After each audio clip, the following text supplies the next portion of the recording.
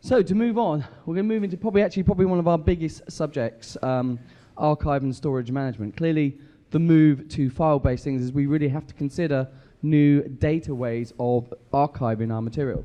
So we've got a really great lineup here in regards to looking at disk, looking at tape, and looking at cloud as archive solutions. And obviously we've got that here with Object Matrix, we've got that with Front Porch, and obviously we're actually going to do a live workflow demo of managing a backup and archive directly from a PAM, Avid Interplay, and how we can manage that. So we're going to do that for live for you in a minute.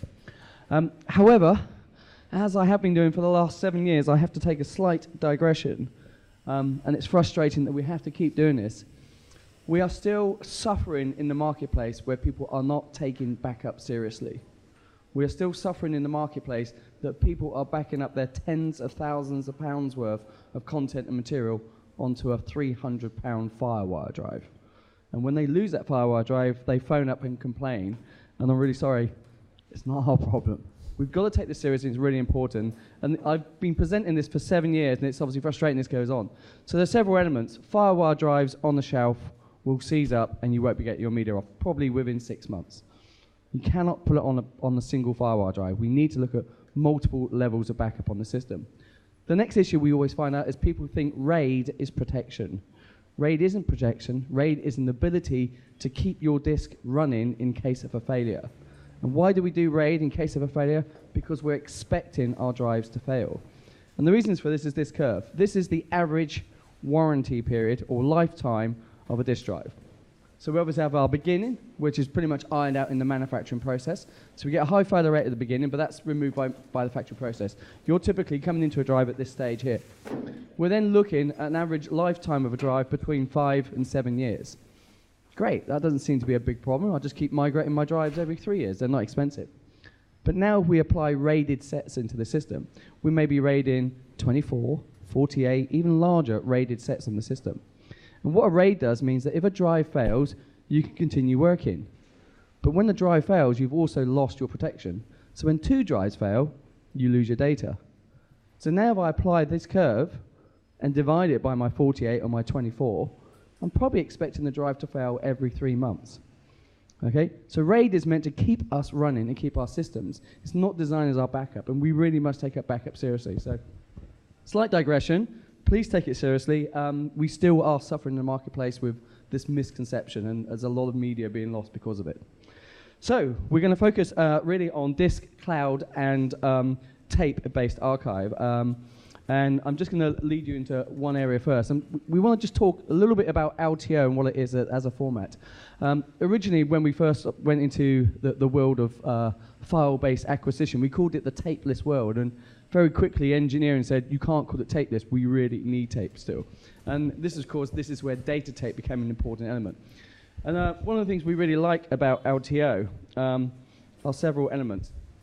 There's a history of LTO. It began in 2000 with LTO1, and you can see here, originally the first tapes that came out allowed us to store 100 gigabytes of material per tape.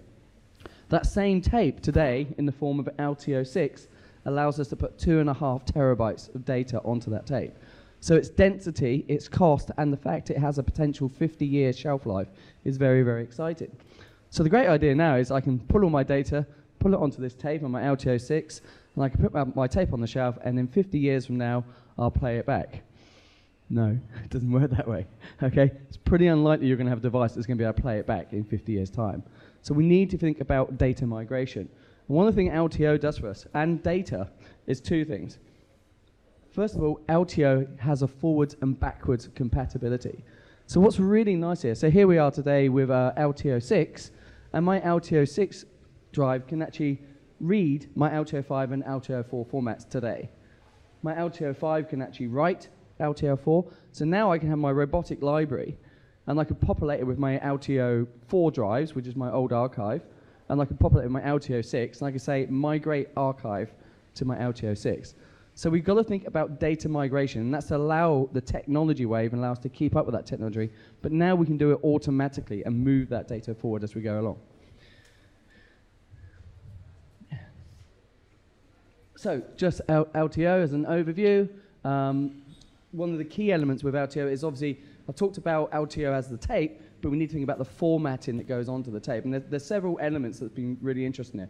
There's probably two main formats that we use out there today, TAR and AXF, and we're going to talk about both of those in the presentations later on. AXF is certainly championed by Front Porch, and one of the nice things about them is they're also championing it as a standard. So that means we're making it a public standard. With SMPTE, is that right? Yeah, with SMPTE as standard. So we're really excited about that. We like standards. Standards means we can actually distribute and standardize across multiple manufacturers to give us multiple choice into that format to make it much more open. So we like that idea of a standard. But one of the things that has come across is LTFS. And we're really enjoying LTFS at the moment, and it has its own application. LTFS has allowed us to make a tape look like a disk drive with a very similar system. And there are lots of issues with that, but what the beauty about that means is we can take that tape and use an LTFS drive anywhere and actually get that data back off the system. So as a means of on-set backup and bringing it into my system, as a means of publishing from my archive and using that as a distribution copy, LTFS is very, very generally accepted around and very easy for us to do. As always, there are issues with that. Issues are going to come out in spanning across LTS things. The other issue is we have to really record single clips at a time, only one entry to the tape at the time. The reason for that is because it's acting like a tape drive, the concept of a fragmented tape is a disaster. So there's very tight management about how we manage LTFS. So we really like LTFS. It's great for managing single projects onto single tapes. It's great for actually managing as a distribution medium, but we really need to go into the AXF and the TAR formats if we want to get into a much larger scale library.